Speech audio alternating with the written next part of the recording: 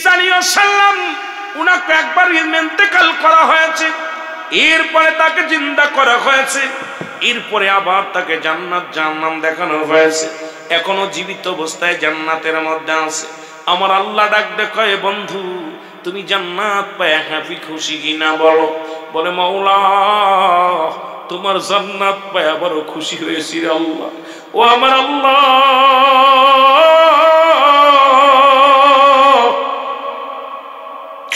জান্নাত পায় খুশি হয়েছি, তবে একটা কষ্ট ভিতরে রে আল্লাহ। আল্লাহ বলে বন্ধুরে কি কষ্ট বইলা দাও? তোমার আজরাইল আমার সঙ্গে ভালো ব্যবহার করে নাই, তোমার আজরাইল আমার সঙ্গে ভালো ব্যবহার করে নাই।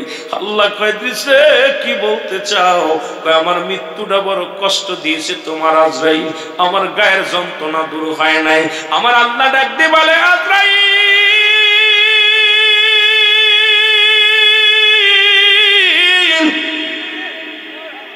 তাড়াতাড়ি জানে আমার বন্ধুরে জানায় তার রুহটা কেমনে বাইর করছো। আরে বান্দা শোনো, একমাত্র স্রষ্টার মৃত্যু নাই, সৃষ্টির মৃত্যু আছে। যত মানব কুল জিন কুল মুসলমান পশু পাখি যত যা আছে সবারই মরণের পেয়ালা পান করা লাগবে, ওই ফেরেশতাদের মরণের পেয়ালা পান করা লাগবে। একমাত্র স্রষ্টা থাকবে, সৃষ্টি থাকবে না। সেই সৃষ্টি জগতের মানব জাতি আমরাও কেউ থাকবো না। জোরে বলেন ঠিক কিনা? বন্ধু আজরাইল সামনে হাজির হয়ে গেছে। ইদ্রিস আলাইহিস সালাম ডাক দিয়ে বলে আজরাইল আগে বলো আমার রূহটা কেমনে বাইর করেছো বলো। আজরাইল কয় হুজুর আমি পৃথিবীর মধ্যে সব বান্দার জান কবজ করতে আসি না, একমাত্র 8টা জান্নাতে যারা যাবে আল্লাহ বলেন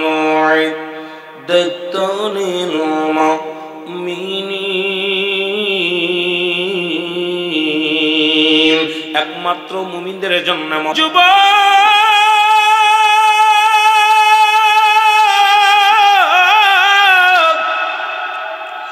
আজরাইল আলাইহিস সালাম ডাকতে বলে নবী গো আমার এই জমিনের মধ্যে পা, আসমানে থাকে আমার মাথা মোবারক। নবী গো তামাম পৃথিবীর পানিগুলো যদি আমার মাথায় ঢেলে দেয়, এক ফোঁটা পানি জমিনের মধ্যে গড়ে পড়ে না। এই আজরাইল আইব, ওহে আল্লাহ কখন চলো আজরাইল যাবে রে। কত মানুষ নামাজের মধ্যে সিজদাগত অবস্থায় মারা গেছে, কত মানুষ গমের ঘরে মারা গেছে রে, কত মানুষ রোডের অ্যাক্সিডেন্ট করে মারা যায়, কত মানুষ ভাত খাতে যে মারা যায়, কত মানুষ পানিতে গোসল করতে যে মারা যায়, কত মানুষ বিমানের মধ্যে মারা যায়, কত মানুষ বিদেশে যে মারা যায়। আল্লাহ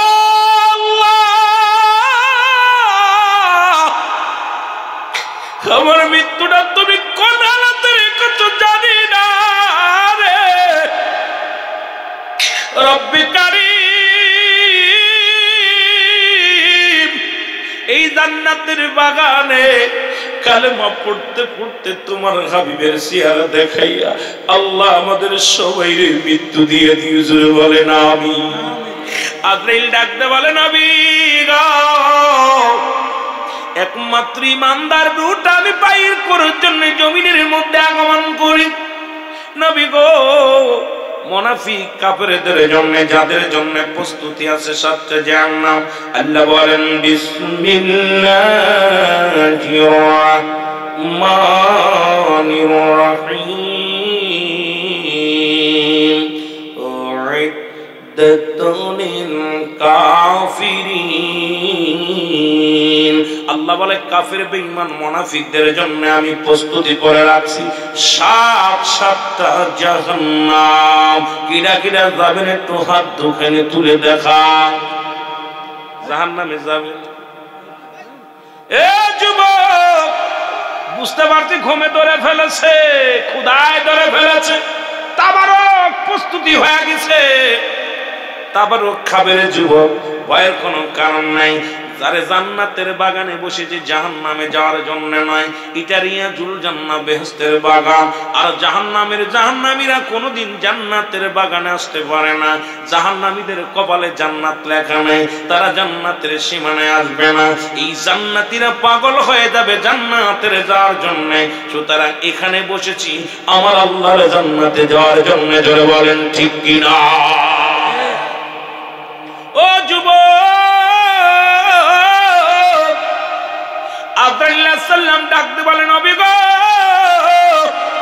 ও মায়ার নবী, শুনেলাম আমি আজরাইল আপনার রূহটা বাইর করেছি কেমনে? মায়ের বুকে দুধ খাইতে খাইতে সন্তান যেমনি ঘুমায়া যায় এমনি ভাবে আপনার রূহটা আমি বাইর করেছি, কষ্ট দিই নাই। আরে আজরাইল রে, কি শুনাইলাম! এই মৃত্যু আমার এতটা মনে হয়েছে, আমার গায়ের চামড়া গুলো তুমি ছুলে নিছো, আমার গায়ের চামড়া গুলো তুমি আমার মৃত্যুর আগেই ছুলে নিছো, আমার গায়ের যন্ত্রণা যায় না।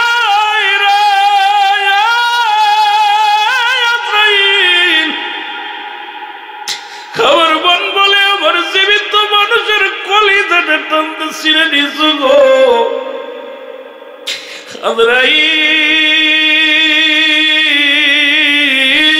আজরাইল। এত সহজ মৃত্যু যদি এত কঠিন হয়,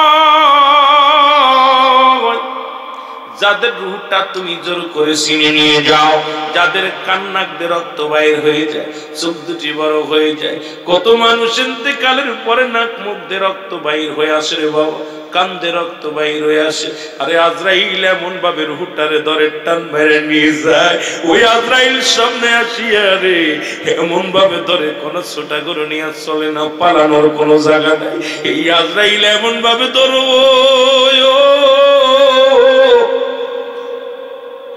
এই আজরাইল কারুর কত শুনবে না, বারণ শুনবে না, আরে কারুর কোনো কৈফিয়ত চলবে না। আল্লাহ আল্লাহ, ইদ্রিস আলাইহিস সালাম ডাকতে বলে, আজরাইল, আমার এত সহজ মৃত্যু যদি এত কঠিন হয়, তাহলে যাদের তুমি কষ্ট দিয়ে মরণ দাও তাদের মরণটা কত কঠিন হয়। আল্লাহ আল্লাহু আকবার, জোরে জোরে চিল্লায় বলো আল্লাহু আকবার। আজ না হয় কাল তুমি যাইবা কবরে, যাবার বেলায় দেখবে চেয়ে গো তোমার সবই রইল পড়ে, যাবার বেলায় আর জোরে বলেন যাবার বেলায় দেখবে চেয়ে গো ভাইজান সবই রইল পড়ে, যাবার বেলায় দেখবে চেয়ে। একটু মহব্বতের সঙ্গে বলেন, আজ না হয় কাল তুমি, আজ না হয় যাইবা কবরে, যাবার বেলায় দেখবে চেয়ে গো তোমার সবই রইল পড়ে, যাবার বেলায় দেখবে চেয়ে। তোমার দাদাই গেছে বাবাই গেছে কেউ আসলো না ফিরে, দাদাই গেছে বাবাই গেছে কেউ আসলো না ফিরে, তোমার তো যাইতে হবে রে যেদিন আজরাইল আসিবে, তোমার তো যাইতে হবে রে। ও ভাই আজ না হয় কাল তুমি, আজ না হয় যাইবা কবরে, যাবার বেলায় দেখবে চেয়ে গো বলো, যাবার বেলায় তোমার সবই রইল পড়ে, যাবার বেলায় দেখবে চেয়ে। ঘর করলাম বাড়ি করলাম সবই যাইবা সেরে, জায়গা করলাম জমি করলাম সবই যাইবা সেরে, কোনদিন জন যাইবা চলে গো ভাই অন্ধকার কবরে, কোনদিন জন যাইবা সেরে গো, জোরে বলেন ঠিক কিনা? এ দুনিয়ার মুসলমান শুনে নাও, এক নম্বরে বলতেছিলাম মরণ,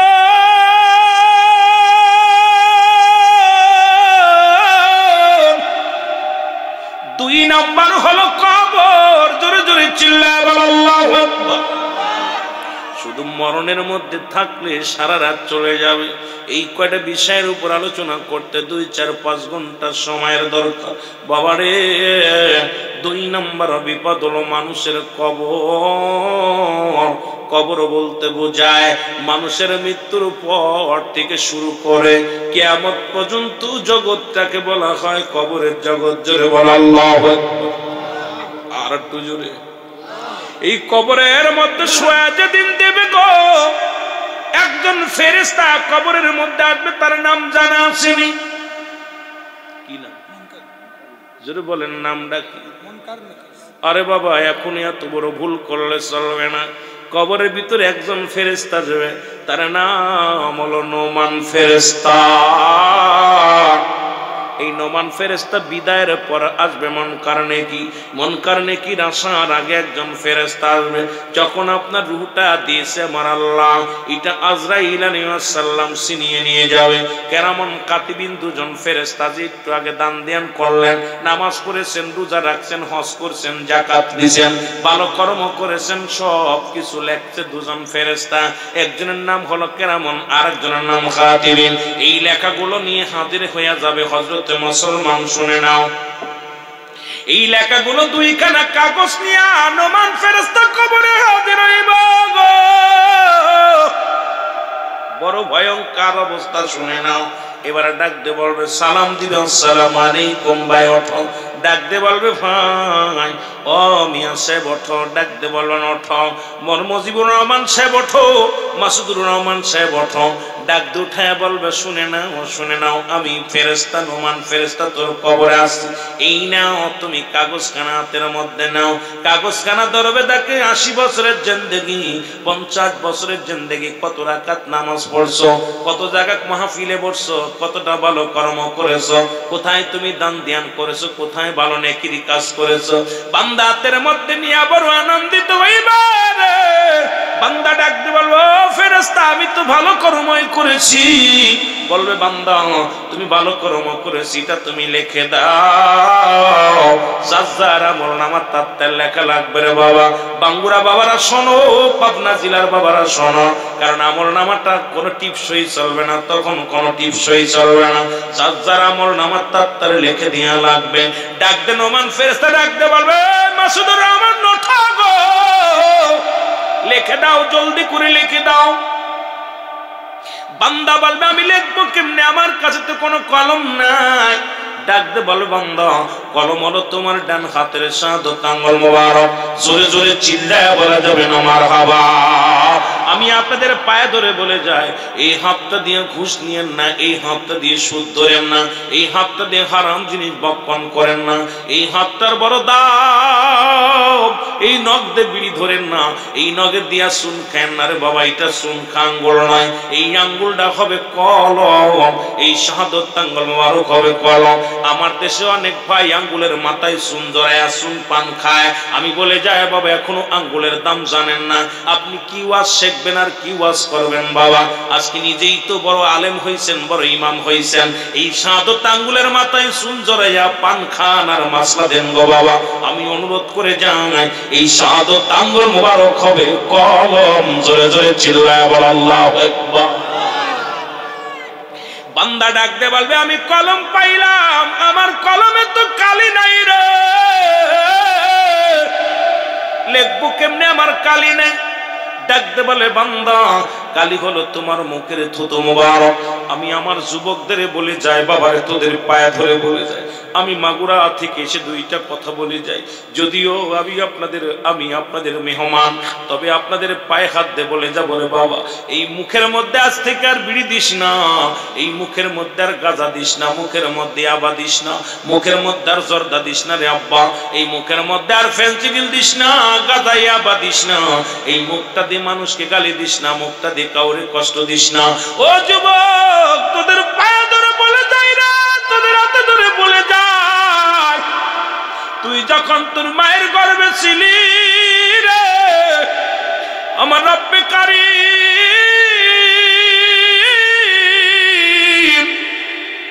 তোর মায়ের নাভির সঙ্গে তোর নাভিটা জুড়া দিছে রে। এই মুখটা দিয়ে আল্লাহরে ডাকবি রে, এই মুখ দিয়ে খোদার কোরআন পড়বি, রসুলের দুরূদ পড়বি, এই মুখ দিয়ে বাবা মারে ডাকবি, এই মুখ দিয়ে খোদারে ডাকবি। এই জন্য আমার আল্লাহ রাব্বুল আলামিন মায়ের গর্ভে তোর মুখ দিয়ে খানা খাওয়ান নাই, ওই কুরক্ত পানিগুলো তোরে খাওয়ায়া 10 মাস 10 দিন মানুষ মুসলমান পেটে ধরে জীবিত রাখছে। ও আমার বাবারা, তোদের পায়ে ধরে বলে যাই রে বাবা, এই মুখের মধ্যে আর বিড়ি দিস না, এই মুখের মধ্যে আর আগুন দিস না। মুখের মধ্যে হিন্দুরা মরে গেলে দেয় আগুন, এখন মুসলমানেরা মরার আগেই দেয় আগুন। হিন্দুরা মরে গেলে 7 গুল্লি দেয়া বাপ মার মুখে দেয় আগুন ছেলেরা, আর আমরা সেই মুসলমান জাতি মরণের আগে কতবার যদি দিনের ভিতর 10টা বিড়ি খায় 10 বার মুখের মধ্যে আগুন দিলাম। আমার আল্লাহ বড় কষ্ট পায়, ফেরেশতারাও কষ্ট পায়। তোদের আমি বলে যাই আব্বারে, ও বাবা, হয়তো অনেকে রাগ করতে পারিস, মাহফিল দিয়ে আমাদের শিকার দরকার, মাহফিল থেকে যদি কিছু না নিতে পারি না, এই ঠান্ডা মাটির মধ্যে বসে থেকে লাভ কি? এই আস্তি খেসুরি খাওয়ার জন্য নয়, এসেছি তাবারুক খাওয়ার জন্য নয়, এসেছি গুনাহ মাফের জন্য। আল্লাহ, আমার আল্লাহ, আমাদেরকে তুমি দয়া করো, এই মুখটাকে তুমি হেফাজত করো, এই মুখের থুতু মোবারক হবে কালি। জোরে বলো আল্লাহু আকবার। আব্বারে, আমার যুবক ভাইরা, এই মাদক সেবনের জন্য সংসারে শান্তি নেই। যে ঘরের মধ্যে মাদক ঢুকছে সেই ফ্যামিলির মধ্যে স্বামী স্ত্রী মিল নেই, স্বামীর সঙ্গে স্ত্রীর প্রতিনিয়ত জঞ্জাল বাঁধতেছে। ভাইয়ের আপনাদের এলাকায় দেখছেন সন্তান বাবাকে খুন করেছে, আহারে শুধু মাদক, মাকে মেরে ফ্রিজের ভিতর রাখছে, ওই মাদকের টাকা দিতে পারে নাই বলে, মাদকে আবার টাকা দিতে পারে নাই বলে মাকে কাইটা 3 টুকরা কইরা ফ্রিজের ভিতর একটাই থুইছে, ঠান্ডা ফ্রিজের মধ্যে। সন্তানকে যখন রিমান্ডে নিয়েছে বলছে, হ্যাঁ আমার মা আমাকে মাদকের টাকা দিইনি বলে এই জন্য আমি তাকে মেরে ফেলেছি। এ ভাই, ভাই ভাই মিল নাই, ভাই স্ত্রীর সঙ্গে স্বামীর মিল নাই, বাবার সঙ্গে সন্তান মিল নাই। কারণ কি? আমাদের দেশে যেভাবে মাদক সেবন হচ্ছে, আমি আপনাদের কাছে অনুরোধ করবো এই সমাজটার মধ্যে আপনারা যুব সমাজ যদি পরিবর্তন হয়, মাহফিল দিয়ে যদি পরিবর্তন না করতে পারি, মাহফিল দিয়ে লাভ নেই। আমি মনে করি এই এত টাকা খরচ করে, লক্ষ টাকা খরচ করে এই মাহফিল, একটা মাহফিল করতে গেলে 1 থেকে 1.5 লক্ষ টাকা, এখন 2 লক্ষ টাকা খরচ হয়ে যায়। এত টাকা খরচ করে যদি মাহফিল দিয়ে যদি কিছু নিতে না পারি, যদি পরিবর্তন না করতে পারি, আমি মনে করি করা আর না করা সমান। জোরে বলেন ঠিক কিনা? আমি অনুরোধ করবো বাবা, আমি আপনাদের কাছে অনুরোধ করবো, আজ থেকে আমরা মাদক সেবন করবো না। কে একটু হাত তুলে দিন, একটু দেখি। আল্লাহ, এ আল্লাহ তুমি কবুল, আমার ভাইদের কবুল করে নাও। এ আল্লাহ, যা বিগত দিন খেয়েছে আমার ভাইদের তুমি মাফ করে দিও। আল্লাহ, অনেকে হাত উঠান না, আল্লাহ, আল্লাহর ফেরেশতারা দেখতেছে। আব্বা, আল্লাহর ফেরেশতারা, আব্বারে টাকাগুলো বেঁচে এই টাকাগুলো মসজিদে দান করেন, যে টাকাটাতে মাদক খান এই টাকাটা মসজিদ মাদ্রাসায় দান করেন, কাজে লাগবে। এটা একটা গাছ লাগাই থাকবেন। জোরে বলেন আল্লাহ। বুড়া হয়ে গেছে, এর আগে কিছুদিন আগে একটা গজল গেয়েছিলাম আমি, অনেকেই কষ্ট পেয়েছেন, কিন্তু আমিরুল আমিন সিদ্দিকী, যেহেতু আমার নাম সিদ্দিকী সত্যবাদী, সুতরাং আমি যত আলোচনায় যাই কিছুটা কথা বলার চেষ্টা করি। নিজে পরিবর্তন আমাদের বক্তারাই, অনেক বক্তা বিড়ি খায়, অনেক আমার দেখা মতো অনেক বক্তাই বিড়ি খায়, গোপনে যায় বিড়ি খায়, হয় নিঃশ্বাস রাত জাগতে হয়। আমি কই বাবারে, এগুলো আমি নিজেই পরিবর্তন করতে। অনেক বক্তা জর্দা খেত, অনেক কথা বিড়ির বিরুদ্ধে ওয়াজ করে, আবার পান খাওয়ার সময় অনেক জর্দা নেয়, নিয়ে গালের মধ্যে দিয়ে বিড়ির বিরুদ্ধে ওয়াজ করে। কথা বুঝছেন? আরে তুই তো নিজেই খাসির হারাম। জোরে বলেন ঠিক কিনা? আর একজনকে কি বোঝাবে? আজকে সমাজ জাতি, এই জন্য আমাদের ওয়াজে পরিবর্তন নাই। কারণ কি? ওয়াজে পরিবর্তন নাই। আগে তো ওয়াজ শুনলে কানের ভিতরে 1 সপ্তাহ ঠাস ঠাস করে লাগতো কথাগুলো, এই তেলের ভিতর দেল ভয় ভয়ে কাঁপতো। আমার বাবার এখন ওয়াজ নসিহতে কোনো তাসির নাই, কারণ বক্তা আমাদেরও তাসির নাই, আপনাদেরও তাসির নাই। আমরা যা করতেছি আপনাদের বলতেছি না, আমরা যা করতেছি না সেটা আপনাদের বলতেছি। আইয়া তাল বাহানা করে চলে যাচ্ছে। আর এই বক্তা ও বক্তা খালি রং তামাশা, আর যত মোটামুটি ইতিহাস, যে মোটামুটি ফাইসা কথাবার্তা বলে আমরা চলে যাচ্ছি। কিন্তু বাবা, আমরা আপনাদের জন্য কি দিয়ে যাচ্ছি? আমাকে আসছেন, টাকা দিবেন নগদ, খাতি দিবেন নগদ, বসতে দিচ্ছেন নগদ, ভালোবাসা দিচ্ছেন নগদ। প্রায় 5 কিলোমিটার দূরে ওই সে বাজার থেকে রিসিভ করে 7-8টা মোটরসাইকেল আমাকে স্বাগতম জানিয়ে নিয়ে আসছেন। এত কষ্ট করে নিয়ে আসলেন, আনার ফায়দাটা কি? আয়া আমি কি দিয়ে যাচ্ছি? এই চিন্তা যদি আমাদের প্রতিটা বক্তার ভিতরে থাকে, আমি মনে করি, আমি তো বাচ্চা মানুষ বাবা, আমি তো এত জ্ঞানী না, যারা জ্ঞানী আলেম আছেন তারা যদি একটু কিছু দিতে পারেন সমাজকে, জাতিকে, তাহলে সমাজ পরিবর্তন হবে। কিন্তু আপনার ওই সমস্ত ত্যাগ করে, আগের বক্তাগুলো এত কোরআন হাদিস বুঝতো না, কিন্তু যে কথাগুলো বলতো তাতে চোখের পানি আসতো, হৃদয় কাঁপতো, ভয় থাকতো ভিতরে। জোরে বলেন ঠিক কিনা? কিন্তু এখন আসতেছে না। কারণ আর এই বক্তা বাড়ছে, মাহফিলও বাড়ছে। এটুকু আসতে দেখলাম মানে 3-4টে মাহফিল। তার মানে যে এত পরিমাণ প্রোগ্রাম হচ্ছে ওই রোড থেকে বেড়া, আপনার ইসি থেকে বেড়া থেকে ফেলে কি যেন এই যে বাগাবাড়ির এই পাশে, এই বাগাবাড়িতে এই পর্যন্ত আসতে মানে 10টা মাহফিল বাড়ছে, খালি মাহফিল। তা সে ওরা আমার সহকারীরা বলতেছে এত মাহফিল হয়, কিন্তু মানুষ মুসল্লিদের পরিবর্তন, ঘুষ বাড়ছে, সুদ বাড়ছে, জিনা বাড়ছে, প্রতিনিয়ত জিনা বাড়ছে, সুদ বাড়ছে, ব্যভিচার বাড়ছে। তা আমরা ওয়াজ করে কি পাচ্ছি? আমার কাছে ভাইজান ওয়াজ করে লাভ হচ্ছে, বক্তারা বাড়ি গাড়ির মালিক হচ্ছে। কথা বলছে, বক্তাদের বাড়ি গাড়ির মালিক হচ্ছে। ওরা কি হচ্ছে এটা আমি কথাটা ঠিক বলছি, কারণ আমাদের বক্তাগুলো ঢাকা মুমিনের ঠিকানা বলো না মদিনা, মদিনা একটু জোরে জোরে বলা যাবে না? বলো না মদিনা, মদিনা আশিক মুমিনের ঠিকানা বলো না মদিনা, মদিনা আয় গায়ে দিদার চেয়ে কদো তোমরা, দিদার চেয়ে কদো তোমরা, হও না নবীর দিওয়ানা মদিনা, মদিনা আশিক মুমিনের ঠিকানা বলো না মদিনা, মদিনা। আব্বারে মুখস্থ করেন, কাজে লাগবে, বলেন মদিনা, মদিনা আশিক মুমিনের ঠিকানা বলো না মদিনা, মদিনা। নবীর প্রিয় সাহাবী হযরত আবু বকর সিদ্দিকী, বলেন নবীর প্রিয় সাহাবী আবু বকর সিদ্দিকী, ওর ভালোবেসে শুইল পাশে, ভালোবেসে শুইল পাশে, যায় আসে তাই দেখো না মদিনা। আইরে মদিনার পাগলেরা জোরে বলো না মদিনা, মদিনা আশিক মুমিনের ঠিকানা বলো না মদিনা।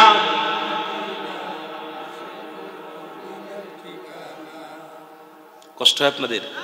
একটু আওয়াজ দেন না, একটু জোরে জোরে আওয়াজ দেন, বলো না মদিনা, মদিনা আশিক মুমিনের ঠিকানা বলো না মদিনা, মদিনা।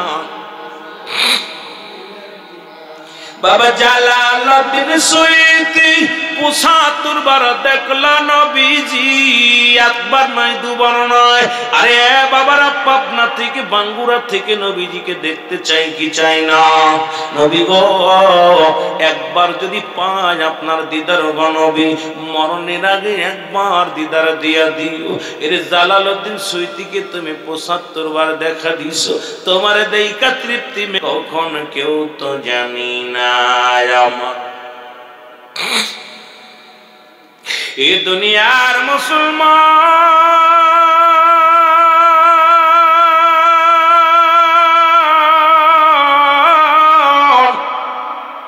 বলতেছিলাম পৃথিবীর ভিতর থেকে কখন বিদায় হয়ে যাব কেউ বলতে পারি না।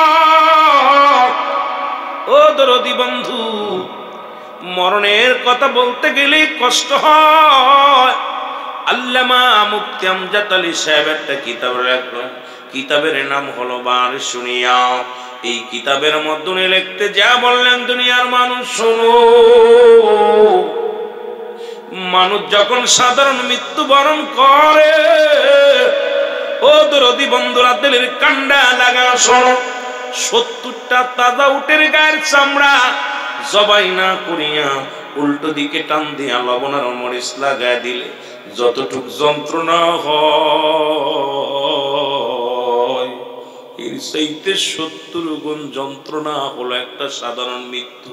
এখন কত মানুষের জানাজা পড়াইলা, কত মানুষের দাফন করাইলা, কত মানুষের কাফন পরাইলা গো। দেখা যায় মরণের সময় মুসলমান ওই মরণের সময় পায়খানা করে দিছে, মরণের সময় প্রস্রাব করে দিছে, মরণের সময় চোখ দুটি বড় বড় হয়ে গেছে, অনেকেই মরণের সময় জিহ্বাটা বাইর হয়ে গেছে, হাত পা বেঁকা হয়ে গেছে। তাদের মরণটা কত কঠিন হয়েছে রে বাবা। এত সহজ মৃত্যু যদি এত কঠিন হয়,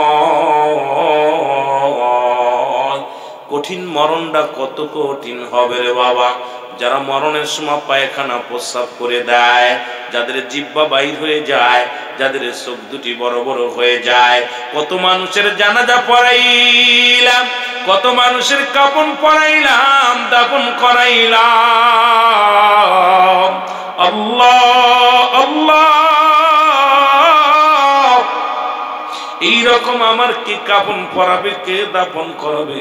ও আমার আল্লাহ, ওই আমাদের মরণটা তুমি সহজ করে দিও। জোরে জোরে বল আল্লাহু আকবার। এই জন্য আমি মাঝে মাঝেই বলি, আরে মুসলমান, কার জন্য তুমি ঘুষ খাও? কার জন্য তুমি সুদ খাও? কার জন্য তুমি পরের সম্পদ লুট করে নাও? কার জন্য তুমি মানুষকে ঠগাও? কার জন্য তুমি ওজনে কম দাও? এই পৃথিবীর সম্পদ বললাম, এই সম্পদ খাবে লোকে, তোমার দেহ খাবে পোকে। ওরে মুসলমান, কত টাকাওয়ালা, কত বাড়িওয়ালা দুনিয়া থেকে বিদায় হয়ে গেছে। আজকে বাড়ি আছে পড়ে, গাড়ি আছে পড়ে, সম্পদ আছে পড়ে। আপনাদের শহর এলাকায় কত মানুষের হাজার হাজার গরু বাছুর, হাজার মুসলমান শত শত বিঘা জমি দখল করে রয়েছে। এরপরে মারা যাওয়ার পর কবরটা হয়েছে একটা নিকৃষ্ট জায়গা, কবর হয়েছে।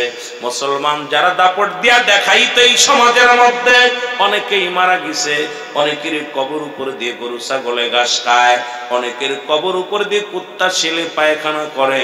কবর থেকে খেদানোর মতো ক্ষমতা আল্লাহ দেয় নাই। এই জন্য দুনিয়ার এত বাহাদুরি কেন, দুনিয়ার এত মস্তানি কেন রে বান্দা? এই দুনিয়ার সব কিছু চূর্ণ বিচ্ছিন্ন করে দিবে আমার আল্লাহ। আল্লাহ কয় বান্দা, কুল্লু মান আলাইহা ফান। আল্লাহ কয় বান্দা, শুনে নাও গো,